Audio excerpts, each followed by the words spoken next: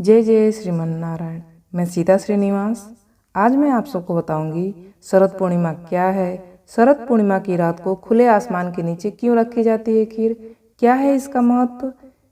तो चलिए शुरू करते हैं। अश्विन मास के शुक्ल पक्ष की पूर्णिमा को शरद पूर्णिमा कहते हैं।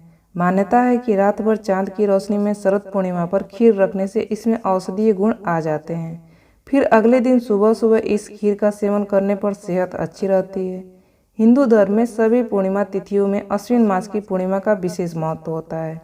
शारदीय नवरात्रि के खत्म होने के बाद अश्विन मास के शुक्ल पक्ष की पूर्णिमा तिथि पर शरद पूर्णिमा या कोजागर पूर्णिमा मनाई जाती है। शरद पूर्णिमा के दिन माँ लक्ष्मी की विशेष कृपा प्राप्त होती है।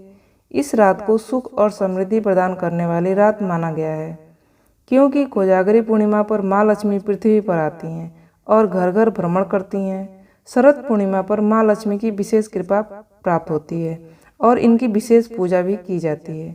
और इस दिन घर की साफ सफाई करते हुए माँ लक्ष्मी के मंत्रों का जाप किया जाता है। मान्यता है कि जिस घर में सजावट और साफ सफाई रहती है और रात भर जागते हुए माँ लक्ष्मी की आराधना होती है, वहाँ पर देवी लक्ष्मी जरूर वास करती हैं और व्यक्ति को सुख, धन, दौलत और ऐशो आराम का आशीर्वाद प्रदान करती हैं। इसके अलावा शरद पूर्णिमा पर रात भर खुले आसमान के नीचे खीर रखी जाती है। मान्यता है कि रात भर चांद की रोशनी में शरद पूर्णिमा पर खीर रखने से इसमें औषधीय गुण आ जाते हैं। फिर अगले दिन सुबह सुबह इस खीर का सेवन करने से सेहत अच्छी रहती है। अब मैं आपको बताऊंगी, विस्तार से बताऊंगी आखिरकार शरद पूर्णिमा की रात्रि पर खीर रखने से और खाने से कौन कौन से फायदे होते हैं। धार्मिक ग्रंथों के अनुसार चंद्रमा को मन और औषधि का देवता माना जाता है। शरद पूर्णिमा की रात को चांद अपनी 16 कलाओं से परिपूर्ण होकर पृथ्वी पर अमृत की वर्षा करता है।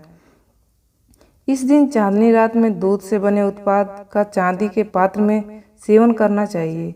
चांदी में प्रतिरोधक क्षमता अधिक होती है, इससे विषाणु दूर रहते हैं। शरद पूर्णिमा की शीतल चांदनी में खीर रखने का विधान है। खीर में मौजूद सभी सामग्री जैसे दूध, चीनी और चावल के कारक भी चंद्रमा ही हैं, अतः इसमें चंद्रमा का प्रभाव सर्वाधिक रहता है। शरद पूर्णिमा के दिन खुले आसमान के नीचे खीर पर जब चंद्रमा की किरणें पड़ती हैं तो खीर अमृत तुल्य हो जाता है, जिसको प्रसाद के रूप में ग्रहण करने से व्यक्ति वर्ष भर निरोग रहता है। प्राकृतिक चिकित्सालयों में तो इस खीर का सेवन कुछ औषधियाँ मिलाकर दमा के रोगियों को भी कराया जाता है। यह खीर पित्ताशमन, शीतल, सात्विक होने के साथ वर्ष भर प्रसन्नता और आरोग्यता में सहायक सिद्ध होता है। इससे चित्त को शांति मिलती है। शरद पूर्णिमा पर क्या करें और क्या नहीं करें। शरद पूर्णिमा पर रात भर जागते हुए माँ लक्ष्मी की आराधना करनी चाहिए। व्यक्ति को शरद पूर्णिमा की रात को कम से कम कुछ घंटों के लिए चंद्रमा की शीतल चांदनी में बैठना चाहिए। इस दिन बनने वाला वातावरण दमा के रोगियों के लिए विशेषकर लाभकारी माना गया है। शास्त्रों के अनुसार लंकापति रावण शरद पूर्णिमा की रात किरणों को दर्पण के माध्यम से अपनी नाभि पर ग्रहण करता था।